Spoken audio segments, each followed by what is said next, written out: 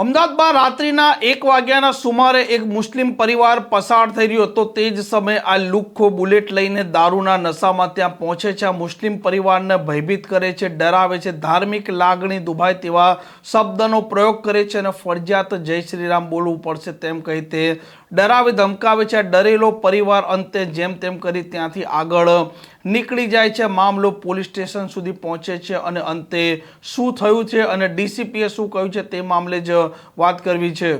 વૈષ્ણવજન તો તેને કહીએ જે પીડ પરાઈ જાનાને રે.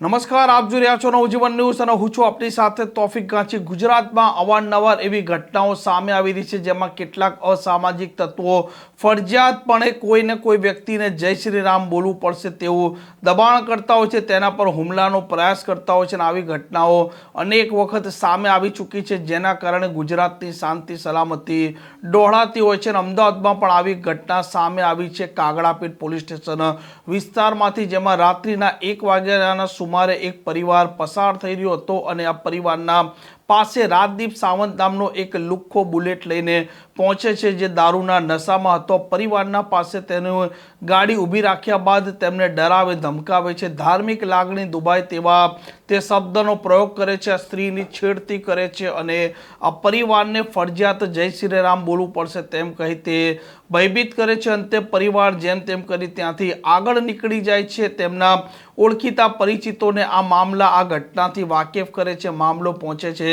કાગડાપીઠ પોલીસ સ્ટેશનમાં અને અંતે આ રાજદીપ સાવંત છે તેના વિરુદ્ધમાં 2 અલગ અલગ ગુના પોલીસ દાખલ કરે છે, જેમાં મહિલાની છેડતી અને તેમની ધાર્મિક લાગણી દુભાઈ તે સાથે તેણે ડ્રિંક એન્ડ ડ્રાઈવ કર્યું હતું તે મામલે પણ ગુનો દાખલ થયો હતો. અને તે જ દરમિયાન એક પીસીઆર વાહન છે તે રમજાન માસ ચાલતો હોવાથી પેટ્રોલિંગ કરી રહ્યું હતું. આ ટોળું જ્યારે એકત્ર થયું હતું તે સમયે આ પોલીસ કર્મચારી છે તે પણ મામલાની ગંભીરતા સમજી જાય છે. આ ટોળું આ જે આરોપી હતો રાજદીપ સાવંત તેના પર હુમલો કરે તે પહેલા તેને ગાડીમાં બેસાડી દે છે અને તેને દાણી લીમડા પોલીસ સ્ટેશન લઈ જાય છે. આમ આ મામલે કુલ 3 અલગ અલગ જે પ્રકારની ફરિયાદ દાખલ થઈ છે તેને લઈને ભગીરથ ગઢવી જે ડીસીપી છે તેમણે વિગતો આપી છે.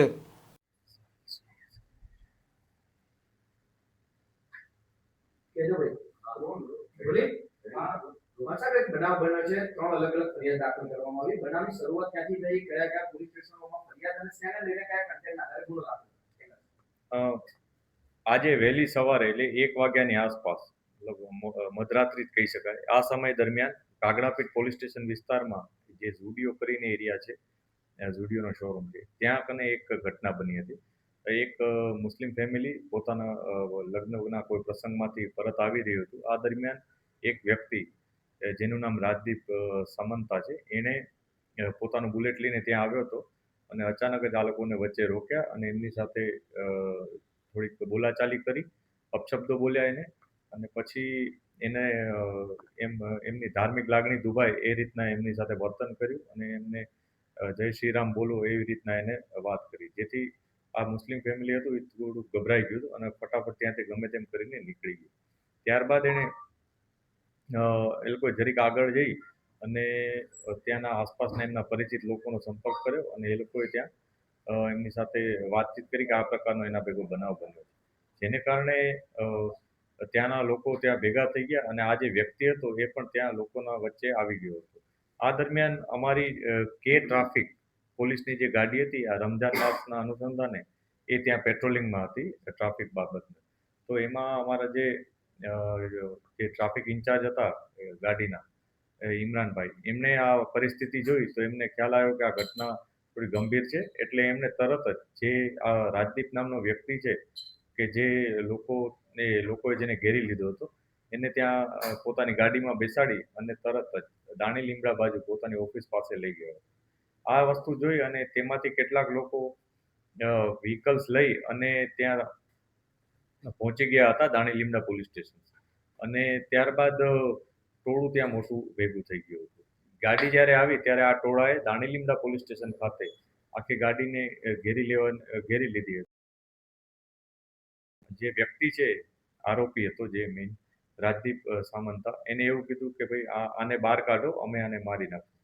આ પ્રકારનું ટોળામાંથી કેટલાક લોકોએ નારા લગાવ્યા આ બાબતના, અને જેને લઈ અને પોલીસને એ બાબતનું એન્શ્યોર થઈ ગયું કે અહીંયા એને જો બહાર કાઢવામાં આવશે તો એના ઉપર ખૂબ જ ઘાતક હુમલો થઈ શકે એમ છે. જેથી પોલીસે એને સતત બચાવવાનો પ્રયાસ કર્યો, અને આ દરમિયાન કેટલીક પોલીસ જે પોલીસ સ્ટેશનમાં હતી એ પણ આવી ગઈ, અને ગમે તેમ કરી અને આ જે વ્યક્તિ છે એને તરત પોલીસ સ્ટેશનની અંદર લઈ જવાનો પ્રયાસ કરવામાં આવ્યો. આ દરમિયાન જે ત્યાં હાજર લોકો હતા એમાંથી ઘણા બધા લોકોએ આ વ્યક્તિને મારવાની કોશિશ કરી હતી.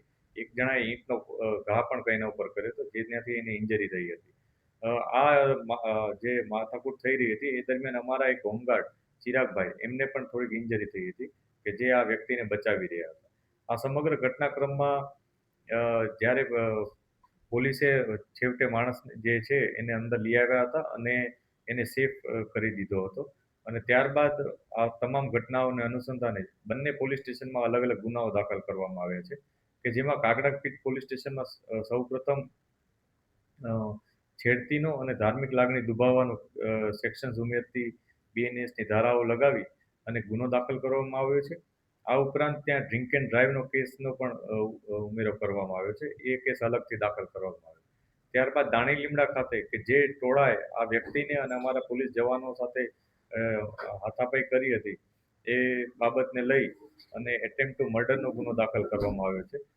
એટેમ્પ્ટ ટુ મર્ડરમાં રાયોટિંગ અને અન્ય કલમો પણ ઉમેરવામાં આવી છે, અને એ અનુસંધાને કુલ 7 લોકો, જે લોકો આ ટોળામાં આઈડેન્ટિફાઈડ હતા એવા 7 લોકો વિરુદ્ધ અને અન્ય જે લોકો હાજર હતા ટોળામાં, લગભગ 75 જેટલા લોકો ત્યાં હાજર હતા, તેનો વિરુદ્ધ ગુનો દાખલ કરવામાં આવ્યો છે. આ જે 7 લોકો છે કે જે આઈડેન્ટિફાઈ છે એમાં એકનું નામ સાહિલ સૈયદ, સમીર હુસેન શેખ, રિયાઝ ચાવડા, ગુલામ કાસમ, ફિરોઝ સત્તારભાઈ, માહિશ અને અસલમ, આ 7 જણા વિરુદ્ધ નામજોગ ફરિયાદ છે, અને અન્ય સમગ્ર ટોળા વિરુદ્ધ ફરિયાદ નોંધવામાં આવી છે. આ ફરિયાદમાં એટેમ્પ્ટ ટુ મર્ડર અને રાયોટિંગ તથા અન્ય સેક્શન્સ ઉમેરી ગુનો દાખલ કરવામાં આવ્યો છે. આ જે સમગ્ર ઘટના છે એમાં જે કાગડાપીઠની ઘટનામાં જે આરોપી છે રાજદીપ, એની ધરપકડ થઈ ચૂકી છે, પોલીસ કસ્ટડીમાં છે અત્યારે.